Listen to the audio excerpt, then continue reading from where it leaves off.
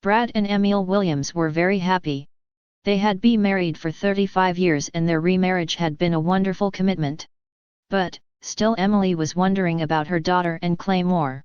Emily had spent the past day getting ready for what she had hoped would be her daughter's wedding. She had gone to great lengths to make sure that everything was going to be perfect. Every detail had been worked out. Somehow, Carolyn had found out about her plans. She had made it clear to her mom that she had no intention of marrying this man Captain Gregg that night or anywhere in the future. Brad had been very happy to remarry his wife. He loved Emily with all of his heart and had been surprised when the wedding plans had been completely stopped. His wife could be very convincing and she had been so sure. The captain, oh, he was something else. He wasn't sure if he would have been happy with his daughter marrying him. He was hardly the kind of man that he pictured his Carolyn being interested in. As Brad got ready for bed, Emily thought about how she had stepped into her daughter's business. She knew that Carolyn might never forgive her for what she had done. Carolyn had always been a proud and private woman. She knew that she should have learned her lesson the first time. After her daughter had lost her husband, she and Brad had tried to help and Carolyn had moved her and the children up to Maine. They barely saw her or the grandchildren and she missed them every day. It was after 9 and the grandchildren had gone to bed. Emily wanted to go in and kiss them good night. She smiled down at her husband and said, "I just want to go say good night to Candy and Jonathan." Brad turned around and smiled, "I'll be there in a minute." As Emily walked down the hallway to the children's room, she could hear them talking. They were talking low, but in the quiet of the house she could hear what they were saying plainly. Jonathan was talking in his young voice to Candy. "Did you see Captain Gregg? He was dressed all up in his dress uniform. He looked like he really was going to marry Mom." Candy turned to her brother and said, "You know that they can't get married, he's a ghost. There is nothing we can do about it." Jonathan said, "Then it sure would be a lot better around here if we could tell people about the real Captain Gregg. Grandma and Grandpa would understand." "Maybe they would, but it might take them a while. Look how long it was before Martha knew. But it sure would be a lot easier around here," Candy said. As Emily listened to her grandchildren, she almost fell forward. Brad was coming down the hall and grabbed her arm. She didn't want to be listening. She truly didn't. She had wanted to say good night to her grandchildren. Brad looked at his wife, who was as white as a sheet. Emily put her finger to her lips and shushed him. It was then that Emily decided to make some noise so that the children would stop talking. They came in and with the best of their ability Emily tried to act like nothing had happened and that she had heard nothing. But, to Emily, things made sense. Ever since she had gone to Carolyn's house in Maine, she had never felt like things were quite right. So many times she had heard her daughter talking to someone when she was alone. She had listened to the children as they laughed and acted as though they knew something too. That was the reason she had planned the wedding. Now, what was she to do? As Brad and Emily went back to their room, Emily said, "Brad, I need to go talk to Carolyn for a moment.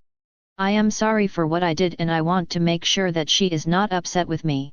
Somehow Brad wasn't sure that was what was bothering Emily. His wife was very shaken up about something she had heard or seen just a few minutes before as she was going to see Candy and Jonathan. Brad watched as Emily left the room very shaken up. Emily walked down the stairway and into the foyer. She could hear Carolyn talking to the man who she had been introduced to as Captain Gregg. Emily wondered who he really was. She had heard Jonathan call him Claymore. He must know about the captain. The poor guy, she thought to herself. She then waited patiently for the man to leave. Once she heard the automobile leave, she walked over to the door. As Emily opened the door to go out onto the porch and speak to her daughter, she saw that Carolyn was busy talking to someone. She could not see who she was talking to, but Emily knew that this was a private moment and she would have to talk to her daughter lately. She backed up and closed the door quietly behind her. She was sure that her daughter was talking to the real Captain Gregg. She was going to have to talk to Carolyn about what she knew, but it would have to wait until the morning. Captain Gregg was standing there in front of his beloved Gull Cottage with the woman that he truly wanted to be with. The words had never been spoken between him and Mrs. Muir. As a matter of fact, this night was the first time he had ever called her Carolyn, not Mrs. Muir. If there was a way for him to be with her, he would do anything. But, as he looked down at his beloved, he watched the front door shut.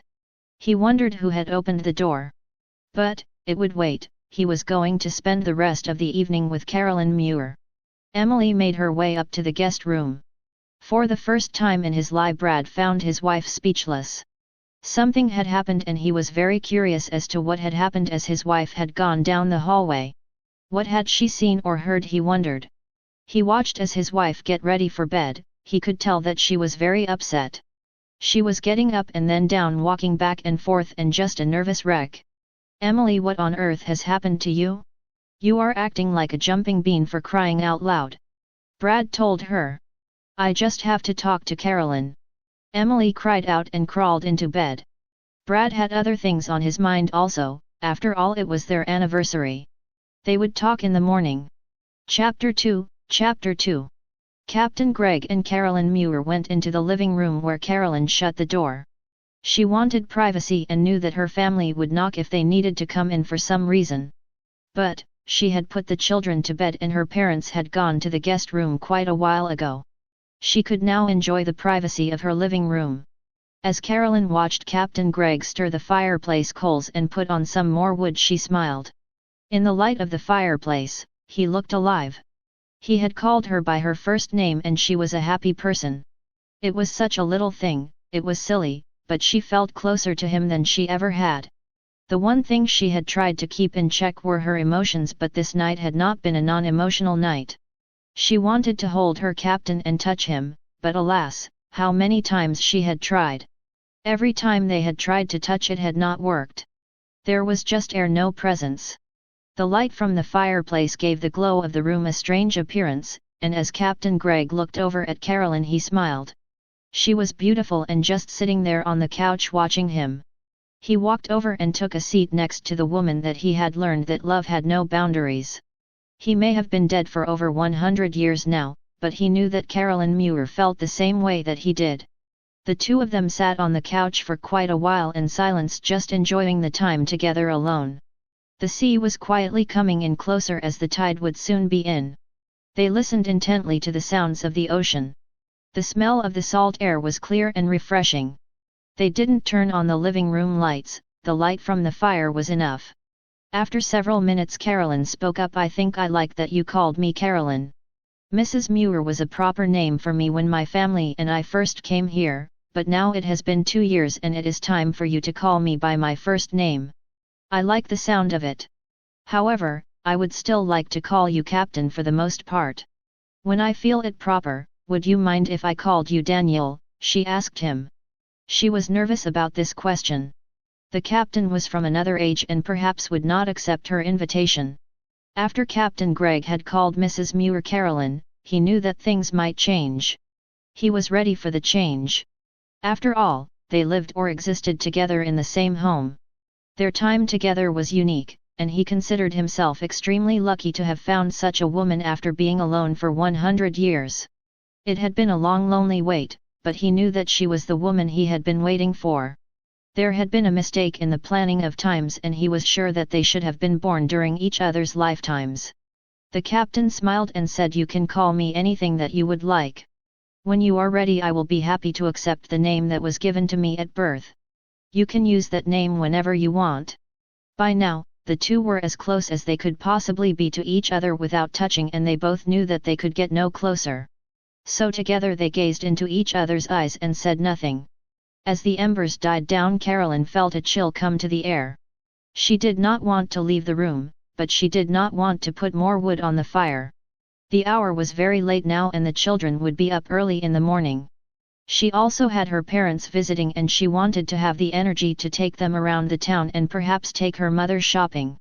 As the captain walked with Mrs. Muir up the stairs, he smiled to her. He told her good night and went up onto the widow's walk to once more keep an eye on his and her home. He was there to protect his family and he liked the job. Emily Williams had a fretful night. She tossed and turned and worried about what she should do about what she had found out. She curbed the desire to tell her husband what she had heard. That would not settle well with Carolyn or the captain. She wanted the captain to like her. She was what she hoped, a good mother and grandmother. She loved her children and grandchildren very much. Brad was well aware that something had happened to his wife the night before. He had not been able to get barely 3 hours of sleep. Emily was up and down from the bed and tossed and turned the rest of the night. He thought that she might wake up the whole house. Every hour she was up going to the bathroom or getting a drink. As Emily came into the room after washing up, Brad confronted her. "Emily, what is wrong? You have been a nervous wreck ever since we got back from dinner last night." He put his arms around his wife and said, "Come on, give." Something happened. It was hard not telling Brad what she knew, but Emily knew that she had to be smart about how she handled what she had found out. She smiled at Brad and said, "It's just that I am afraid that Carolyn is mad at me about what I did." "I know, I should have kept myself out of my business," she told Brad. Just then there was a knock on the door and Candy and Jonathan came in. "Come on Grandma, Grandpa, Martha has breakfast all ready for you. When we're done we want to show you around town," Candy offered. As the four of them came into the kitchen, Emily could see that there was a large breakfast all ready for them. Carolyn was already at the table and they took their seats. Carolyn looked happy and greeted them pleasantly. Emily was glad that things seemed to be all right. Perhaps her daughter would forgive her for what she had done. Jonathan smiled at his grandfather and said, "I thought maybe you and I could go and look for some shells on the beach. The girls are going shopping and I don't want to go with them. Do you want to stay here with me?" he asked, hoping that his grandfather would agree. "It sounds like a plan. We'll do some things together today and the girls can spend some time together also," Brad answered as he smiled at Jonathan. Candy said something about shopping. Emily offered. "That's what I thought we would do." Carolyn smiled to her mother and Candy. With that the women left for downtown and the men headed for the beach. Captain Gregg watched from his telescope and wished that he could join Jonathan and Brad. "What if I did? Would Brad accept me?" he thought to himself. Chapter 3 Jonathan had been the first in the Muir family to meet Captain Gregg. They had become very close over the years. So, as the young boy got ready to go with his grandfather to the beach for some man time and perhaps some fishing, he wished that his friend could go with them. But, his mom and Captain Gregg had always told him that he should not talk about his friend. Captain Gregg appeared in Jonathan's room and offered to help his friend. But Jonathan was now almost 9 years old and a very confident young man. "It is all right, Captain Gregg, I don't need any help," he told him. The captain smiled. Jonathan was indeed becoming a young man. He was smart, kind, and the type of son that he had always wanted to have. The captain took a seat on the young man's bed and said, "I have been thinking of allowing your grandfather to know that I am here. It is a difficult thing trying to have someone pretend that he is me. It is confusing for the household and everyone here. What do you think?" he asked. This was very good news for Jonathan. The captain was his friend and mentor. He didn't care that his friend had died over 100 years ago. Everyone in his house accepted the captain. Other than Claymore. Everyone cared about the captain very much. He smiled up at his friend and said, "I think that I would like it. We could all go to the beach together."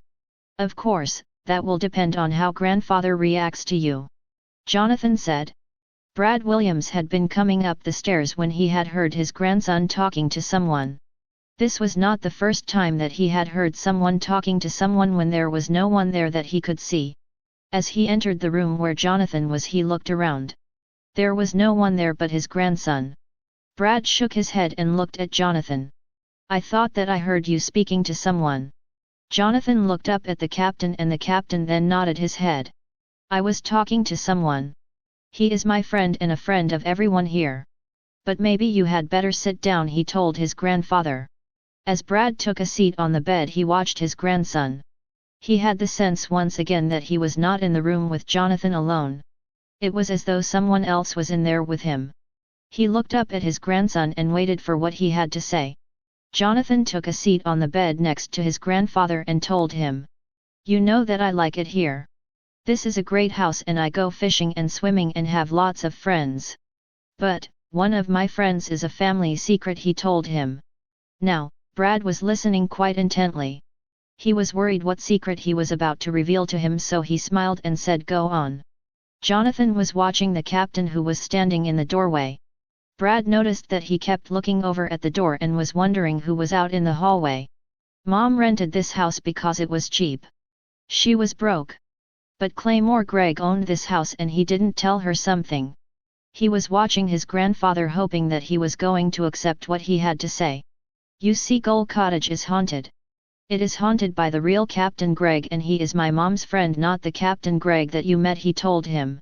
Well, you could have pushed Brad Williams over with a feather.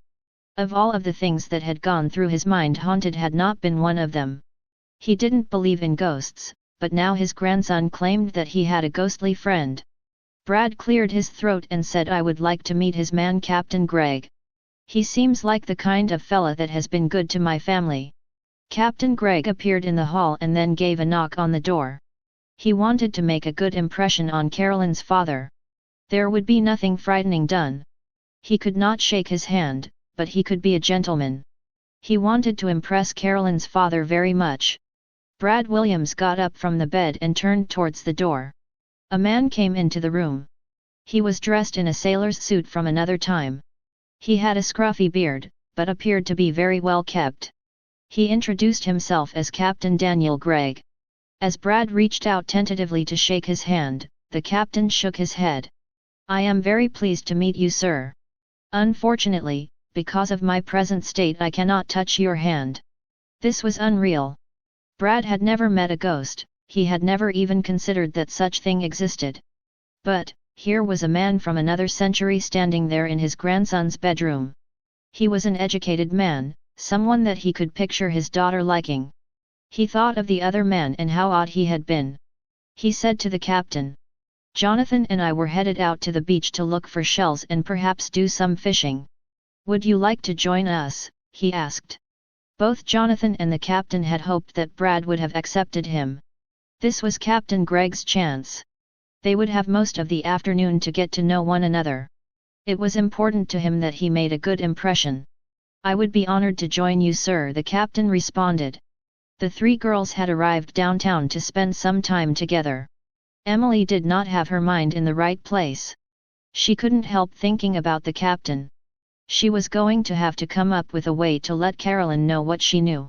Carolyn was a little irritated at her mother, about what she had done the night before.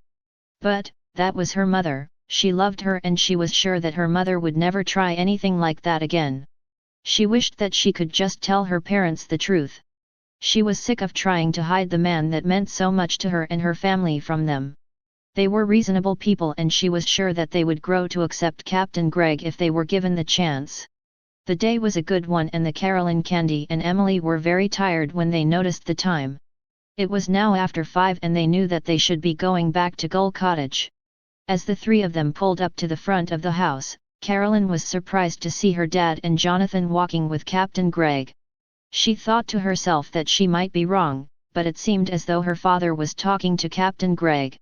As the three women took their packages out of the back of the car when the three men came over, Captain Gregg took his place next to Carolyn and smiled down at her.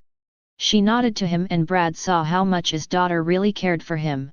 He had a good afternoon. The captain had been very knowledgeable and a gentleman through and through. He thought that they could become very good friends, he just wished that he was alive. But, he knew that he had to accept this kind man for who he was. It was not his fault that he had been from another time. Now, the only person that couldn't see the captain was Emily. Captain Gregg was going to tell Carolyn about him appearing to her father. They would have to discuss what to do about her mother. As the family went inside, they were greeted by the smell of dinner that Martha was getting ready to put on the table. As the group went into the house, they were truly a family. Captain Gregg didn't know it, but Emily had already decided to accept him also. Chapter 4 Carolyn loved seeing her parents. When she had lived in Philadelphia, what seemed a million years ago, she had seen her mother and father at least once a week. But, with her up in Schooner Bay, they only saw each other once every few months. She was now certain that her father knew about Captain Gregg. When he was in the room, Brad watched him as the rest of the family did. They had just finished supper when it was Candy's turn to help with the dishes. Emily was glad to help both Candy and Martha, so Brad and his daughter were finally alone with Jonathan. Captain Gregg appeared in the room, and apologized to Carolyn. I just wanted your father to get to know me. It is very difficult to keep acting as though Claymore is me. When I had the chance to meet your father this afternoon, I took it. Your father is a good man, and we have now accepted each other, and with that he handed Brad a drink. Brad was watching his daughter closely. She seemed to be a little nervous about how he would act. So, he took Carolyn's hand in his and said, Carolyn, this is not what I had expected. I truly had hoped that Claymore wasn't the man that you were seeing. But a spirit? That was a hard pill to swallow. However, I find your captain delightful and a gentleman. I am more than happy to consider him a friend. Carolyn was very relieved that her father had accepted the captain. Captain Gregg was as much a part of her family as anyone was. It was true that there were times when, because of him not being alive, things could get difficult. But, this was her business, and she was glad that her father was not opposed to him. She smiled and said, Dad, we are very happy here. The captain is very good to all of us, and he is a part of our family now. I am very glad that you have accepted him. She paused and thought of her mother. What about my mother? I think that perhaps she should be told too. With that she stopped and looked to the captain and to her father for their expressions. Captain Gregg knew that he had opened the can of worms. Carolyn was right. It was time for both of her parents to know about him. I will present myself to her when you wish, he told them. Brad had always taken the responsibility of protecting his wife very seriously. This was something that might frighten her. After all, they had never even spoken about spirits or ghosts as long as he could remember. But, the captain was a good man even though he was no longer alive. He took good care of his daughter and her family. Even Martha was very fond of him. So he said with truth in his voice. I think that Emily should be told. It might be hard for her to accept what she is told, but she is a trooper and will come around. Emily had been in the kitchen with Candy and Martha and was enjoying the time with them. She could see that Candy was growing up quickly and was becoming the spitting image of her mother. She also could see that Candy was a happy child and that she loved living in Gull Cottage. She was in no way afraid of the captain. They chatted and laughed as the kitchen came back into shape. As they finished, they all went into the living room. The fireplace was going and the room had an eerie glow. But, the room felt very homey and comfortable. As she sat down on the couch next to her husband, she smiled at everyone. They had been talking, but when she had come in the room had become quiet. The family spent a good time together. Emily and Brad would be going home in a couple of days, and they wanted to spend as much time with Carolyn and her children as they could. They played a game of Monopoly and had a good time. But, it was now late and it was time for Candy and Jonathan to go to bed. As Emily watched the children go upstairs, she smiled. They were turning into two children who would become good adults someday. She waited patiently for her daughter to come back to the living room. It was time for Emily to let everyone know that she knew about the captain. She knew that Brad knew, because she had seen him talking to someone in the hallway just before dinner. She was not easily frightened and she wanted to meet this man. So, she cleared her throat and said, I have something to tell you. I know that you have someone here named Captain Gregg. This captain is not the man that I have met. It is the captain who built this house over 100 years ago. I am not afraid of a man who obviously cares about my family.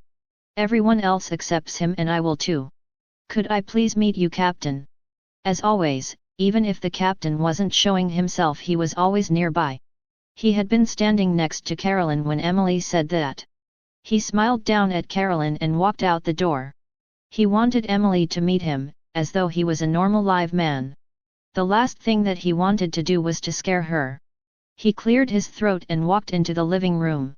Emily watched as this good-looking tall man in a sailor's suit from another time walked in the door. He did look just as the man did in the portrait. He went over to her and said, I am very pleased to meet you, Mrs. Williams. Oh, please call me Emily, was all that she could find the words to say. There was something about this man. She could feel that he was a kind man and that he was very much in love with her daughter. Love doesn't know time, she thought to herself. Emily wasn't sure what to do next, but the captain helped her. It has been my pleasure to meet you and Brad in silence since your daughter has moved in. It gives me great pleasure that you now know who I am and that we can get to know each other better. Emily smiled at her daughter and her husband. You know I am not a shy woman. You could have told me all about the captain. I find him a fine, handsome and kind man. We will become good friends, she told them with a smile. Chapter 5. The captain now felt that he was truly part of the family. He had been alone for so long and now all of Carolyn's family knew about him. He knew that they would like him. After all, he was a very suave man. As everyone got to know each other, he enjoyed the family more than ever. After the long night, finally everyone went upstairs to bed. Carolyn had never been so happy as she had been the last few days. The captain had said loud and clear that he would marry her if he could. Her parents had accepted him and liked him. Her children were happy and now it was time for her to rest. As Carolyn went into her room, she found the captain standing next to the telescope looking out to the sea. He was so tall and handsome, she wanted to hold him in her arms, but knew that was not possible. She was very tired, and sat on the couch to relax. Captain Gregg came over and sat down next to her. When Carolyn and the captain were together, time seemed to melt. It didn't seem to matter what was happening in the outside world, they were together and that was it. But, tonight Carolyn was very tired. She nodded off for a moment and Captain Gregg watched as she quietly slept. He had watched her sleep many times. But the poor lady was sitting up with her chin resting on her chest. She looked so uncomfortable. Carolyn woke with a jolt. She had fallen asleep, she was so tired. I am sorry that I fell asleep, she told Captain Gregg. But, she was now wide awake and wanted to spend more time with her man. He had called her Carolyn and he had said I do at her parents' wedding. Captain Gregg knew that his love needed her sleep, but he just wanted to spend a few minutes with his love. Accidentally Carolyn touched the captain's leg as she began to stand up. Was it her imagination, or did she feel his leg, she wondered. She turned to the captain who had a look of surprise on his face as well. They stood there looking into each other's eyes and she tentatively touched him again. She could feel him. He was solid, just like anyone else. Neither one of them knew what had happened, but they did not care. They stood there in the dark and held each other in their arms. Time made no difference to either one of them as they held each other tight. When they pulled each other to a kiss that their love demanded, Carolyn melted. He was the man that Carolyn wanted to be with. But what had happened? Daniel Gregg's mind was turning as fast as it could. He did not understand what had happened. This has to be a dream, he thought. But that did not make any sense. He had not made this dream. He was sure of that. The night was late and he knew that his beloved needed sleep. We will have more time together, of this I am sure. But right now, you need to sleep. I will guard you as always, he told her and held her in his arms for another passionate kiss. Nothing was more frightening to Carolyn than the thought that when she woke up she would no longer be able to hold the man that she loved in her arms. But sleep was something that she needed. So, she slowly dressed for bed and climbed in. She could hear the captain above her and she relaxed once more. Captain Gregg was up on the widow's walk keeping an eye on his family, when the sky turned a strange color of brown and yellow. He looked out to the port and saw a strange ship. The ship was a schooner, but carried the halo of a ghost ship. As he watched the ship set anchor, he was aware that he was to go down to the ship. As Captain Gregg went to the ship, he saw that the ship was the Neuve Dans. He had heard of that ship many years ago. There was a story that if the ship entered the port of the ghost of a seaman, that seaman could be granted one wish. Could this be true, he wondered. The captain approached the ship and walked up the plank. As entered the ship, it was as though he had entered another world. On the ship he found one man. The man appeared to be in his 40s and was busy finishing landing the craft. As Captain Gregg approached him, the man smiled. My name is Captain Enoch Schumann. I am here to grant you one wish. Do not make your wish without great thought. For once the wish has been made, it cannot be changed. With that he took the captain down to the galley. Everything on the ship was the way it would have been during Captain Gregg's lifetime. The place was spit cleaned and the captain was shown a place to sit. There the man looked Captain Gregg over. He had heard of the captain and the love that had grown between him and Mrs. Carolyn Muir. It was clear to him that they had been born in the wrong century. They belonged together and he was there to help him achieve that goal. If I was to give you a wish, what would the wish be? This is not the wish that is permanent. I just would like to hear from you, your thoughts, he told Daniel Gregg. There is nothing that I wish more than to be with my Carolyn. She means more to me than words can express. I never married in life, came close a couple of times, but I never met anyone like her, he told the man with honesty. But there would be difficulties. You have not lived in this time and you have no means to support yourself. There would be problems with society identifications. Do you think that this is what is truly in the best interest of the family that you love? Captain Schumann asked him.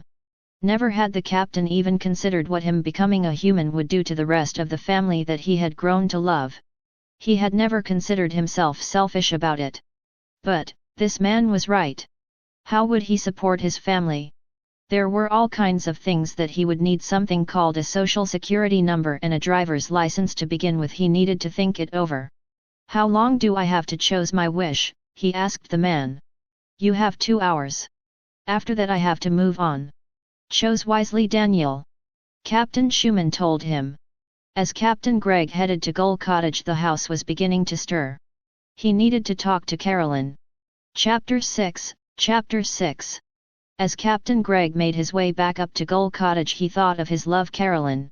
He had a chance for a wish that he could only have dreamed of having.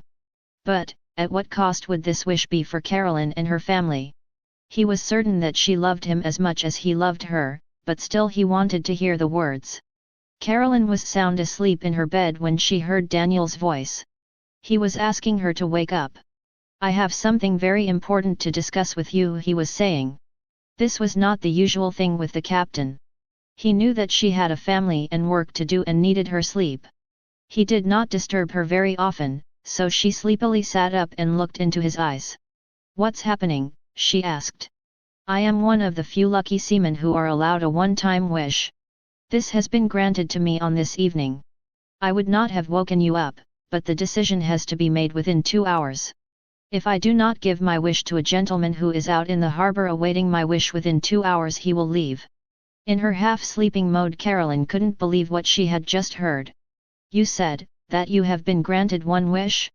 Is there any limit to the wish? Who is offering you this? She asked. The man's name is Captain Enoch Schumann. I have heard of such a man, but had always thought that it was just a tale. However, he is anchored in the harbor awaiting my request.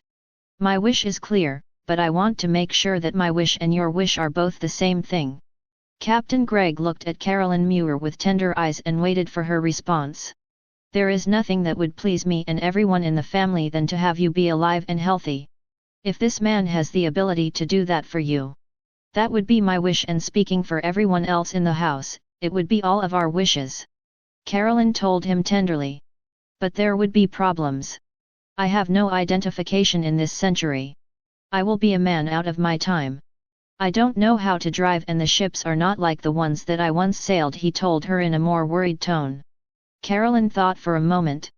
It was true that he would have some adjustments. However, he had been around and knew many things that someone who had just come through time would not. Besides that, it would be the only way for them to be a true family, so she spoke in as kind a voice as she could muster. We have learned to adjust ourselves into a close-knit family. Even though you are a ghost, my children and the entire family has learned to love and care for you. Certainly the things that now trouble you are not as major as trying to live with a ghost in the house. These were the words that Captain Gregg had hoped that he would hear. He wanted to hold her in his arms and never let go. He now was going to have that opportunity. He smiled down at his love and said, I shall ask for a life with you at Gull Cottage. Many times Carolyn had wanted to be with Captain Gregg, but had never been able to consider this. Now she was going to have the chance. She smiled as he left the room, headed to meet with Captain Schumann, the man that could give him life. As Captain Gregg headed to the ship that only he could see, he thought over very carefully what he was going to ask for. He had been told very clearly that once he had made the wish it could not be retracted. He walked up to the ship and found a smiling Captain Schumann waiting for him. Did you think over very carefully what you are going to ask me to grant you? Be careful, as I said, the wish is a one-time wish, and it cannot be changed, once the words have been said. I understand, sir. I do have a couple of questions for you, though, Captain Gregg asked the man. I am here to answer any questions that you have. It is better to ask the questions now, than to wait until it is too late. Captain Schumann told him. Unfortunately, over 100 years have passed since I died. Some adjustments can be made. However, I am taking on the responsibility of a young family and I am not sure that I can support them in this time. Captain Gregg told him. There is a way for me to help you, sir. But, that will come at a high price. I can have you set up so that you will have the same social standing and money that you had when you are alive. But, this can only be done one way. You will arrive in Schooner Bay with no memory from your life in the 19th century. I will set it up so that you will be a sea captain who has just returned from a life at sea. You will be Claymore's cousin. Claymore will accept you as all of the townspeople will. However, if you and Carolyn do not find each other and fall in love within 6 weeks, you will go away from Schooner Bay and never return. Also, I am not sure as to whether or not you and Carolyn will ever see each other again, he told him. The old saying that nothing is never free certainly was true. Captain Gregg thought to himself, what is the better way? Do I just become a live person and struggle for the rest of my life, or do I keep my memories in this time period and not remember my life before until after I pass on? This was indeed a difficult question. So he asked, if Carolyn and I find each other, will we remember how it was before? That can be done. Yes. I can have you remember everything if you find each other. The only people that won't know the truth will be the other people in town. Anyone who lives at Gull Cottage will remember you and how it was before. This is assuming that you and Carolyn find each other, he told him. Captain Gregg thought of his Carolyn and her family. He owed them the best shot that he could give them. If he loved her as much as he thought he did, and if she loved him as much as he was sure that she did, they would find each other. Only the family would know the truth and he would have his life back. He looked at Captain Schumann and said, I am ready to make my wish. With this, Captain Schumann listened intently to the words of Captain Gregg. I wish to be given my life, with all of my belonging. I believe that Carolyn and I will find each other no matter where we are. If I am here in Schooner Bay, we will find each other. I know that for certain. Chapter 7. Captain Gregg had not been to Schooner Bay in many years. He had a cousin named Claymore who had stayed in the small town. Now, he was on his way to meet up with him. Grandfather Daniel, Captain Gregg's namesake, had passed away and had left half of his belongings to Captain Gregg and the other half to his cousin Claymore. Daniel Gregg was not a poor man himself, as he had made quite a bit of money while he was out to sea. But, he was now approaching his mid-40s and was ready to settle down to a real home. The town had not changed much in the years that he had been gone.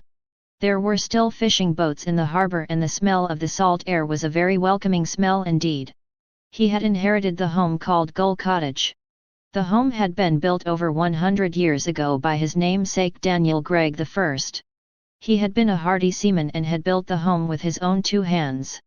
As a child, Captain Gregg had gone to the home many times.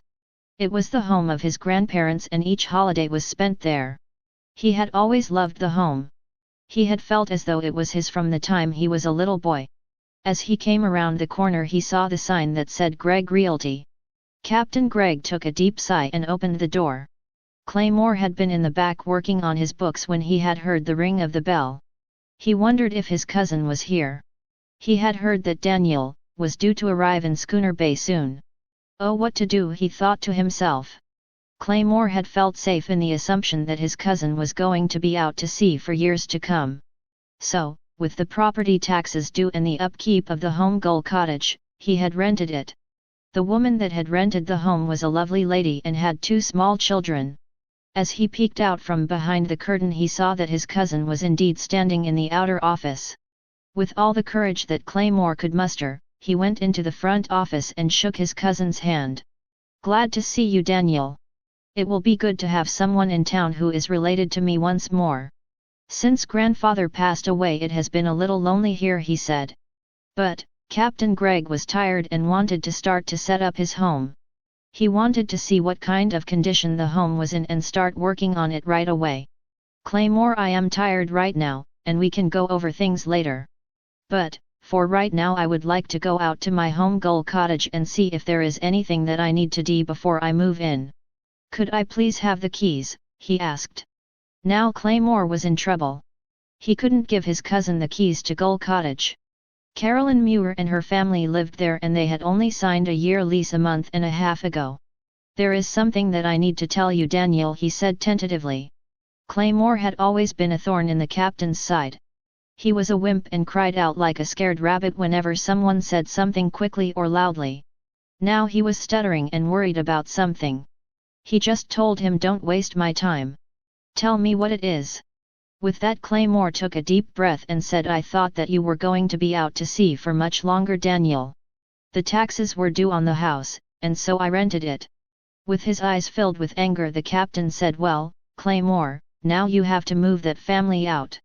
It was not your right to rent my house. Who is living there? He demanded. It is a young widow and her 2 small children.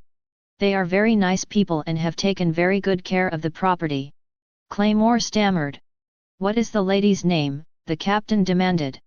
Her name is Carolyn Muir and she lives there with her housekeeper Martha and her 2 children Jonathan and Candy. They won't move out, they say that they love living in the home. Claymore managed so say. That is just too bad. She will need to move to another cottage. That is my house and I intend to live there. Until the house is mine, I will stay with you. The last thing that Claymore wanted was for his cousin to move in with him. Daniel was a picky man and would demand the apartment clean and ship-shape. He also didn't like television and preferred to read. That is not fair, Daniel. I only have a small room for myself. Claymore stammered. I am going to go to Gull Cottage and meet this widow. Perhaps she will be reasonable. Captain Gregg told Claymore. But, I will be back, we need to discuss the money from the rental, dear Claymore. With that, the captain left the office and headed out to Gull Cottage on foot. Claymore took another sigh of relief. How, he hoped that Mrs. Muir would move out without a problem. But that did not sound possible to him. That afternoon Daniel Gregg met Mrs. Muir. The meeting was a meeting as though they had known each other all of their lives. As they talked in the kitchen, the love was already beginning to blossom. Their souls had indeed intertwined and their true wish was granted.